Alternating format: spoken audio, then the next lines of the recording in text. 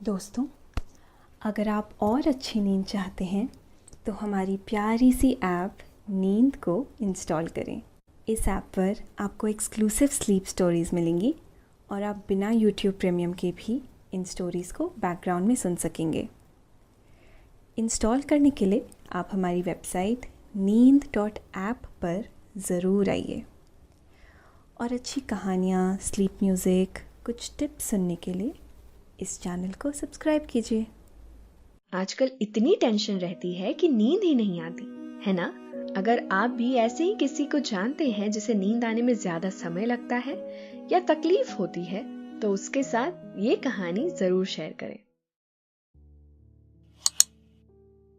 नमस्ते, मैं हूँ शाम भवी और आज आपके लिए मैं लेकर आई हूँ सुभद्रा कुमारी चौहान जी द्वारा लिखी हुई एक कहानी जिसका नाम है मंगला।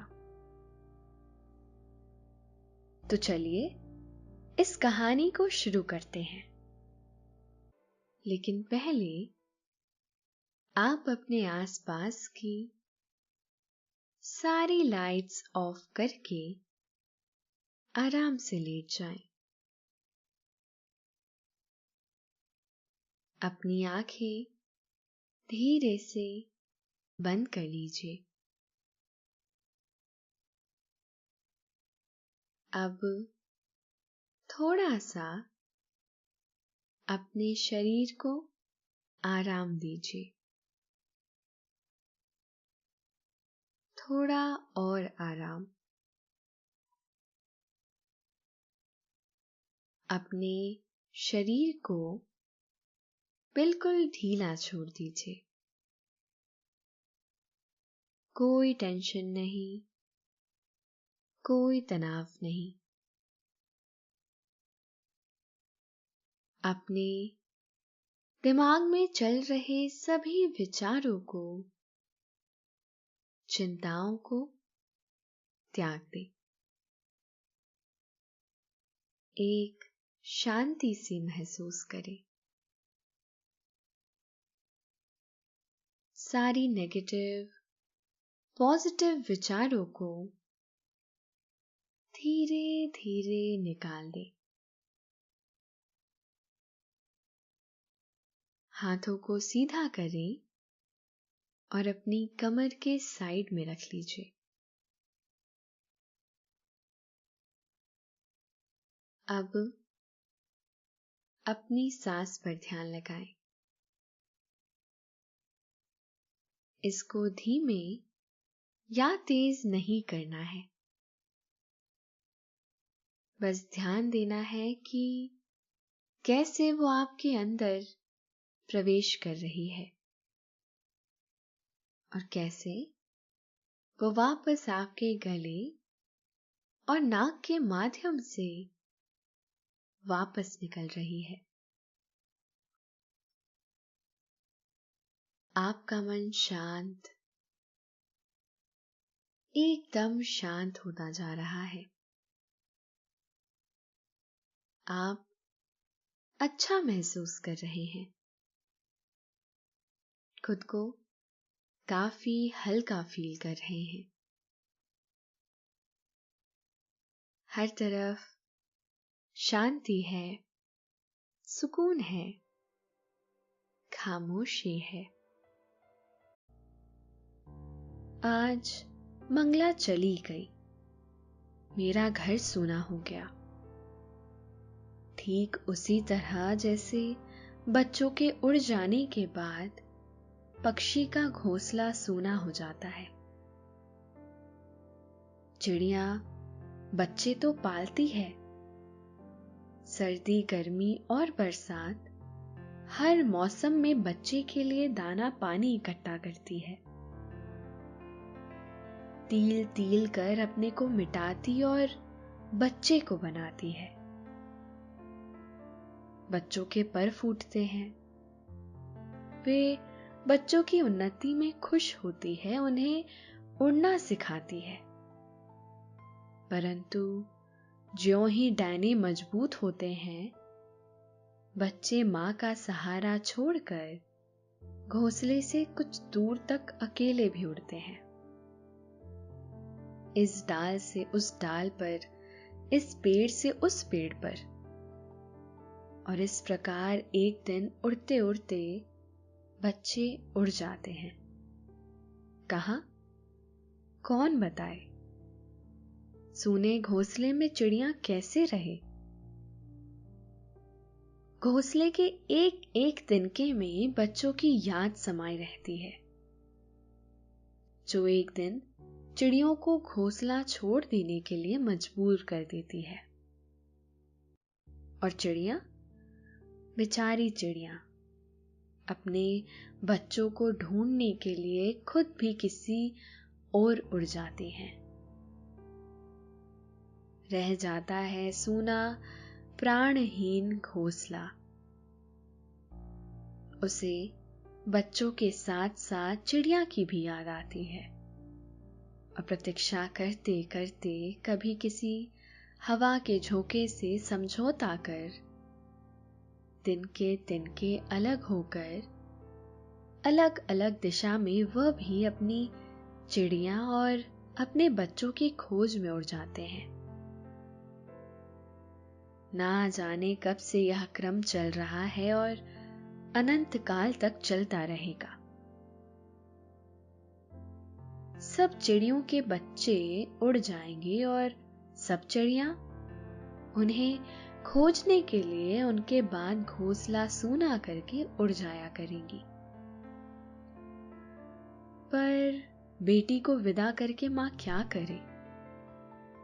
वह तो बेटी के साथ ससुराल नहीं जा सकती और ना घर ही छोड़ सकती है। जिस घर की एक एक चीज में मंगला की याद समाई है, एक एक फूल पत्ती में वह दिखती है, उसी घर में आज मंगला नहीं है और मैं हूं।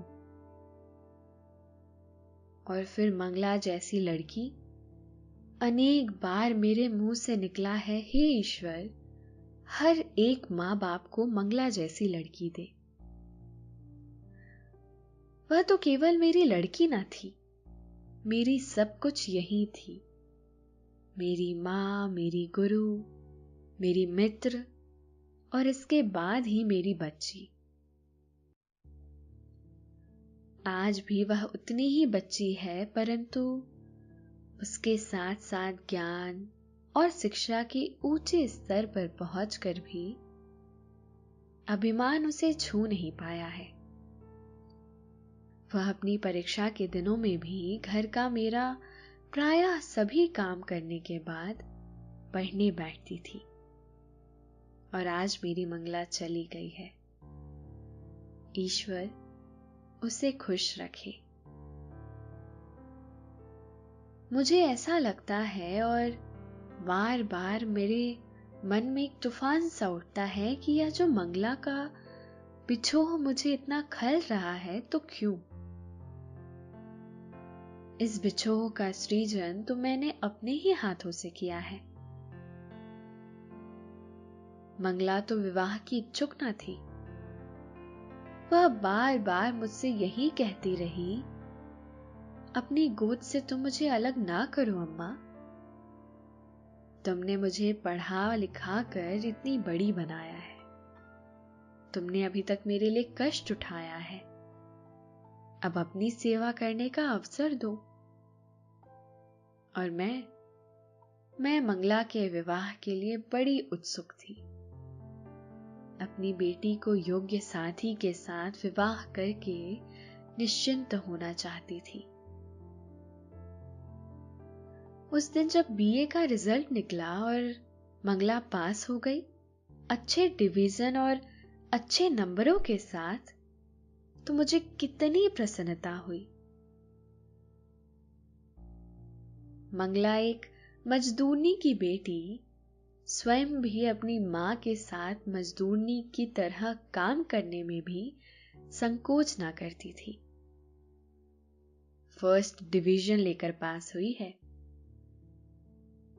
मैंने उसी खुशी में एक दिन मंगला से कहा, बेटी, अब तुम बीए पास हो गई। अब मैं तुम्हारी शादी तय करना चाहती हूं। कोई योग्य साथी तुम्हारे लिए खोज सकी तो मैं बिल्कुल निश्चिंत हो जाऊं। संतान के प्रति माँ बाप की जो जिम्मेदारी होती है वह पूरी हो जावे। उस दिन मंगला ने इस बात को मजाक समझा, किंतु इस चर्चा को गंभीर होते देखकर वह मुझसे बोली, अम्मा, तुम मेरे विवाह की चिंता मत करो। मैं विवाह नहीं करना चाहती। यह तो जरूरी नहीं है कि सभी लड़कियां शादी करें। मैं तो तुम्हारे ही साथ रह के तुम्हारी ही सेवा करना चाहती हूं। अभी तक तुमने कष्ट उठाया है, अब मैं तुम्हारे लिए कुछ करूंगी, तुम्हें आराम से रखूंगी। जब मैं कुछ करने धरने के लायक हुई तब मैं विवाह करके कहीं चली जाना नहीं चाहती। एक मां अपने बच्चे से इससे अधिक क्या कुछ और चाहती है। सच, मेरा मातृत्व सफल हो गया। मैं एक योग्य संतान की मां हूं। इससे मुझे बड़ा संतोष मिला। इस बेटी से अलग होकर मुझसे भी ना रहा जाएगा, यह मैं जानती थी। पर इसी बीच सुदर्शन से भी कई बार मिल चुकी थी। सच तो यह है कि मैं सुदर्शन को भी प्यार करने लगी थी। सुदर्शन मेरी मंगला के लिए जितना अच्छा साथी बन सकेगा, उतना अच्छा लड़का शायद ही मैं कहीं खोज सकूं। इसीलिए चाहती थी मंगला यह विवाह स्वीकार कर ले। मैंने मंगला से कहा, बेटी, मेरा विश्वास है कि शादी तो तुम्हें करनी चाहिए। मैं सदा जीती ना रहूंगी और तुम्हें तब एक साथी का अभाव खटकेगा। और सच तो यह है बेटी कि मैं तुम्हें जहां ब्याहने जा रही हूं वहां तुम पर कोई बंधन ना रहेगा। तुम जब चाहोगी तभी मेरे पास आ सकोगी। यहां रहना या ससुराल जाना तुम्हारी इच्छा पर रहेगा।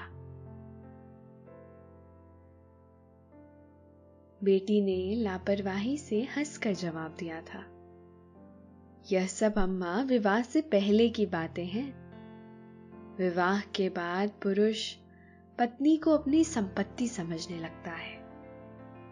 पति चाहे जितना पढ़ा लिखा विद्वान हो, पब्लिक प्लेटफॉर्म पर खड़ा होकर स्त्री को समान अधिकार और स्वतंत्रता देने के विषय में चाहे कितनी लंबी लंबी स्पीचें झाड़े, पर घर के अंदर पैर रखते ही पुरुष पुरुष हो जाता है। स्त्री यदि उसकी इच्छाओं को अपनी इच्छा ना बना ले, उसके इशारे पर आंख कान बंद करके ना चले तो खैर नहीं। पास पड़ोस के घरों में, शिक्षित परिवारों में भी जो कुछ होता है वह जानती हो। यह सच जानकर भी तुम क्यों चाहती हो मां कि मैं विवाह कर लूं? फिर तुम मेरे स्वभाव को भी जानती हो। मैं किसी के इशारों पर आंख कान बंद करके नहीं चल सकती। मैं किसी की इच्छा को अपनी इच्छा नहीं बना सकती। और सच बात यह है कि तुम्हें छोड़कर मुझसे कहीं जाया ना जाएगा। तुम जिसके साथ मुझे ब्याह होगी वह मुझे अपने साथ जरूर ले जाना चाहेगा, अभी चाहे कुछ भी कहे। दोस्तों, अब से आप bed time stories, guided meditation, relaxing music, इन सब का आनंद नींद ऐप पर ही उठा सकते हैं। मैंने कहा, यह मैं समझती हूं बेटी, पर सुदर्शन ऐसा नहीं करेगा। वह बहुत ही भला और नेक लड़का है। उसने मुझसे वादा किया है कि वह तुम्हारी इच्छा पर कभी भी अपनी इच्छाओं को ना ला देगा। मंगला कुछ गंभीर होकर बोली, जो तुम चाहो मां वह करो। मैंने जैसे सदा तुम्हारी बात मानी है, उसी तरह तुम्हारी इस बात को भी मान लूंगी। परंतु मैं खुद तो शादी बिल्कुल नहीं करना चाहती। और मंगला चली गई मेरे लिए एक प्याला चाय तैयार करने। मैं बड़ी देर तक मंगला की बातों पर विचार करती रही और मेरी आंखों के सामने अतीत के ना जाने कितने दुख चित्र खिंच गए। सोचा, नहीं, मंगला की इच्छा के विरुद्ध उसका विवाह ना करूंगी। कल मैं सुदर्शन से साफ साफ कह दूंगी, वह धनी है, शिक्षित है, सुंदर है, विनयी है, उसके लिए लड़कियों की कमी ना रहेगी। बहुत सी लड़कियां मिलेंगी, मेरी मंगला मेरी रहेगी। दूसरे दिन वादे के अनुसार सुदर्शन आया। मैंने उसे प्यार से बिठाया। उसे देखते ही मेरा विवाह ना करने का निश्चय कुछ हिल सा गया। परंतु मैं संभली। मैंने कहा, सुदर्शन, जैसा तुम जानते हो, विवाह मैं खुद तो करना चाहती हूं, पर मंगला विवाह के लिए तैयार नहीं है। मुझे छोड़कर जाने की कल्पना से भी वह सिहर उठती है और विवाह के बाद ससुराल उसे जाना ही पड़ेगा। यही कारण है वह विवाह नहीं करना चाहती। सुदर्शन का चेहरा उतर गया। वह बोला, ऐसी बात तो नहीं है कि वह विवाह के बाद उन्हें आपको छोड़कर जाना ही पड़ेगा। जाना न जाना तो उनकी इच्छा पर रहेगा, और वैसे तो विवाह के बाद भी वह चाहे तो आपके ही पास रह सकती है। मुझे कोई शिकायत ना होगी। मैंने पूछा, तुम्हारी मां को भी कुछ ना लगेगा? वह भी रहने देंगी? सुदर्शन बोला, अम्मा मेरे किसी मामले में दखल नहीं देती। मैंने कहा, सुदर्शन, यह सब बात मैं मंगला से कह चुकी हूं। वह कहती है कि ब्याह के पहले लोग दूसरे स्वर में बोलते हैं और विवाह के बाद उनका स्वर बदल जाता है। सुदर्शन कुछ हताश सा होकर बोला, वैसे आप लोग मुझ पर विश्वास ही ना करें तो कोई चारा ही नहीं है, पर मैं कहता हूं कि जो कुछ कहता हूं उस पर अमल करूंगा। आप यदि मेरी परीक्षा लेना चाहें तो मैं 20 साल तक केवल इस आशा पर रह सकता हूं कि मंगला मुझसे विवाह करेगी। परंतु यदि यह विवाह ना हुआ तो मैं बहुत दुखी जरूर हो जाऊंगा। दुखी होने पर भी मुझसे कोई अपकार ना होगा। मैं रास्ते से अलग हो जाऊंगा और मेरा मां का हृदय जो ठहरा, मैं द्रवित हो उठी। मैंने कहा, अब तुम्हें कुछ और कहने की जरूरत नहीं है। मैं प्रयत्न करूंगी, तुम दुखी ना होना, और तुम्हें 20 साल तक ठहरने भी ना दूंगी। सुदर्शन चला गया। दूसरी सुबह मंगला से चाय पीते पीते मैंने कहा, मंगला बेटी, मैं चाहती हूं कि तुम यह विवाह स्वीकार कर लो। मेरा यह थका तन और थका मन ना जाने किस घड़ी बुझ जाए। तुम किसी योग्य साथी के साथ रहोगी तो मैं शांति से मर सकूंगी, नहीं तो मरने के बाद भी शांति ना पा सकूंगी। और मंगला, मेरी मंगला ने कहा, जिसमें तुम्हें शांति मिले मां, उसी में मेरा सुख है। तुम जो चाहो वो करो। फिर इस प्रकार विवाह तय हुआ और हो गया। विवाह के समय मंगला ससुराल से 2-4 दिन में ही लौट आई थी और वह 2-3 दिन काम की अधिकता तथा मेहमानों की भीड़ भाड़ में कैसे निकल गए कुछ जान नहीं पड़े। पर आज तो यह सूना सूना घर काट खाने को मुंह बाएं खड़ा है। हर पेड़, पत्ती और फल जिधर आंख उठाती हूं, हर जगह मंगला ही मंगला। मंगला के अतिरिक्त और कुछ सूझता ही नहीं। सोचती हूं यदि मैं भी चिड़िया होती तो अपनी मंगला की खोज में किसी तरफ उड़ जाती। तो ये थी आज की कहानी मंगला। आशा है आपको अच्छी लगी होगी। आगे और भी हम ऐसी कहानियां आपके लिए जरूर लेकर आएंगे। तब तक के लिए हमारे साथ बने रहें। धन्यवाद।